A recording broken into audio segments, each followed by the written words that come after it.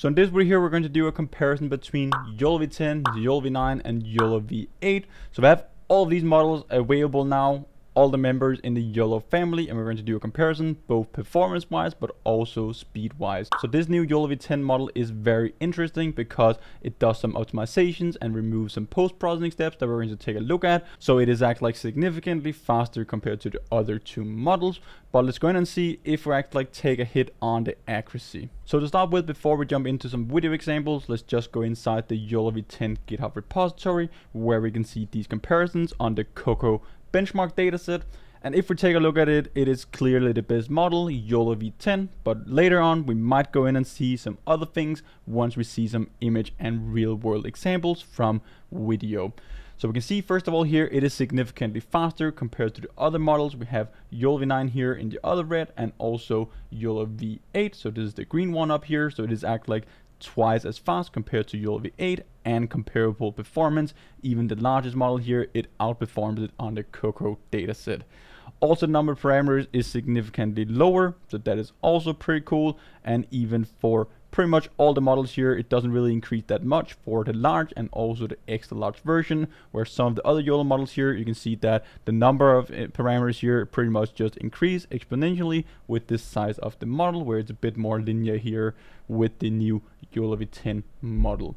So this is pretty interesting. Let's now go in and take a look at what are the differences with the new YOLOv10 model. And if we go inside the Autolytics documentation, we have all the YOLO models in the YOLO family, all the way from YOLOv3 to YOLOv10, but we also have SAM, Mobile SAM, Fast SAM, Real-Time Detection Transformer, and so on. So you can go and read about all the individual models in here, see how you can use them, take them with just a few lines of code and use them in your own applications and projects. So YOLOv10 here, the main difference is that they remove the non-maximal suppression in the post-processing. And what that means is basically like when we have our object detection model, it acts like outputs a ton of different bounding boxes at the output layer, which is basically just guesses of where the bounding boxes are. So we can probably have like 5, 6, 7, 8, 10 bounding boxes on top of each other, having different overlap. And then we go in and do non-maximal suppression, which basically just means that for all the overlapping bounding boxes with some threshold with intersection over union, we're just going to remove those bounding boxes and merge them together. So we just have a single one covering our object. So this is the step that they're removing for this new YOLOv10 model, and that is actually like where it gets a lot of the speed ups from compared to the other ones, but also some other optimizations in the layers.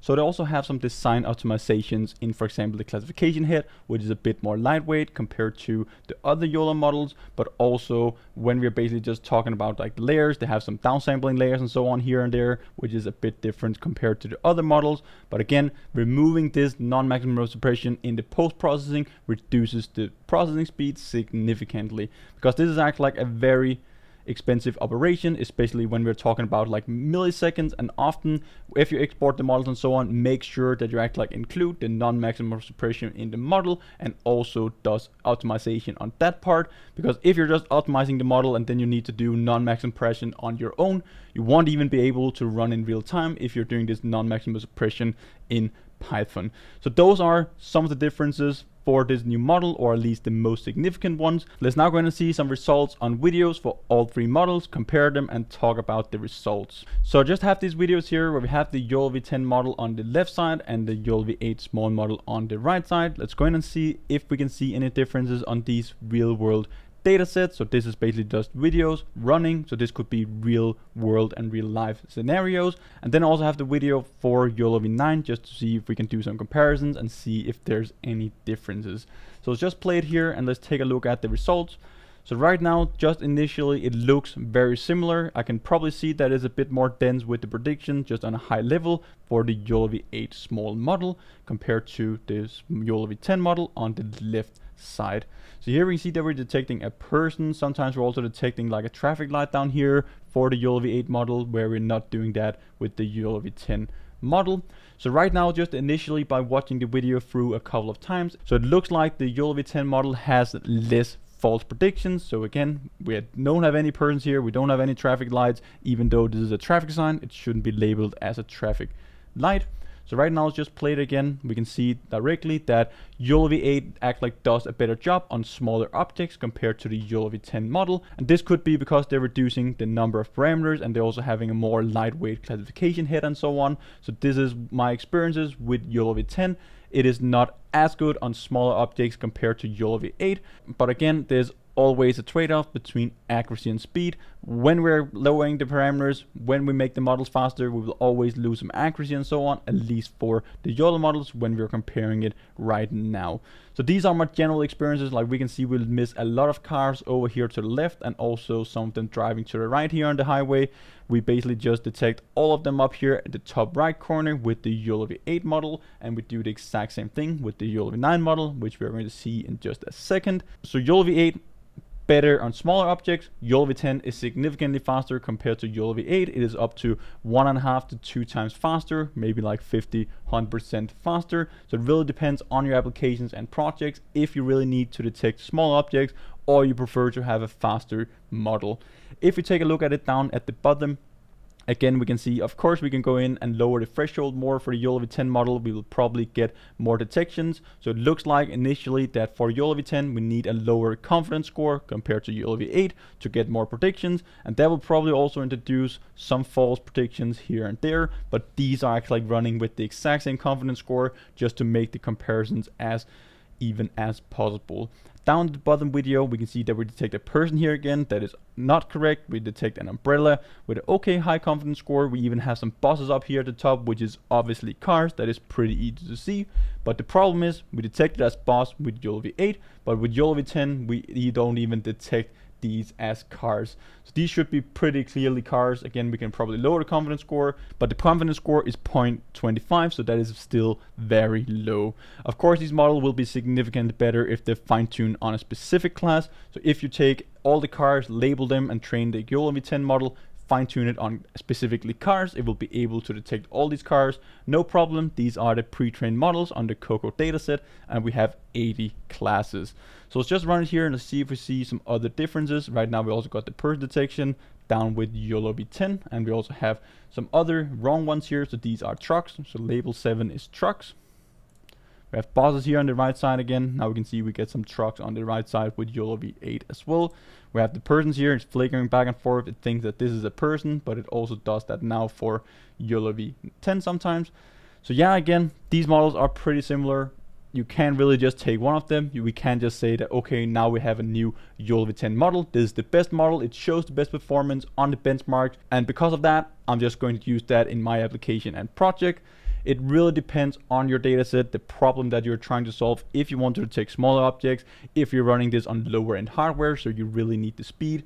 If you can get away with just like 10-20 frames per second, probably even more depending on the hardware, you can get away with YOLOv8 and then have a bit more accuracy. Of course, you can always go up to the medium model, compare the medium model to the small model for YOLOv8, and you'll probably be able to get more detections. But again, you can see here, it pretty much just misses these cars. It shouldn't do that, and the confidence scores are also generally lower. But this comparison here is pretty much just even confidence score. Every single parameter, even the models here, are the exact same ones. But again, I'd probably rather go with the medium model for YOLOv10 if I were to use it over a YOLOv8 model. If we take a look at the YOLOv9 model, just to see the results from that one, it does a pretty good job with detecting smaller objects here in the top left corner. And we also get some false predictions here and there, but that is kind of expected.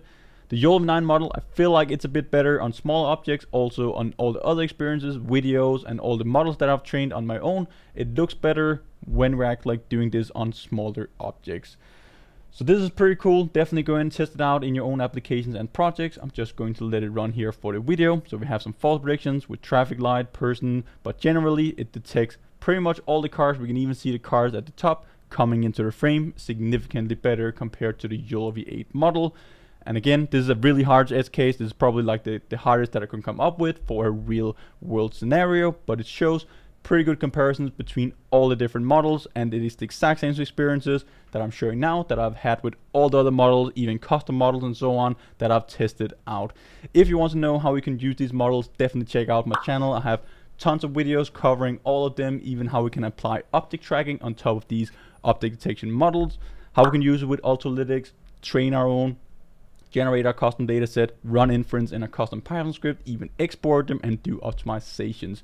So thanks a lot for watching this video here, guys. I hope this has given you some insights into which model are the best right now. And again, there's no answer to that. It really depends on your application and project. YOLOv10 is not the best model just because it is the newest version. Make sure that you test it out on your own, and then I'll just see you guys in one of the upcoming videos. Until then, happy learning.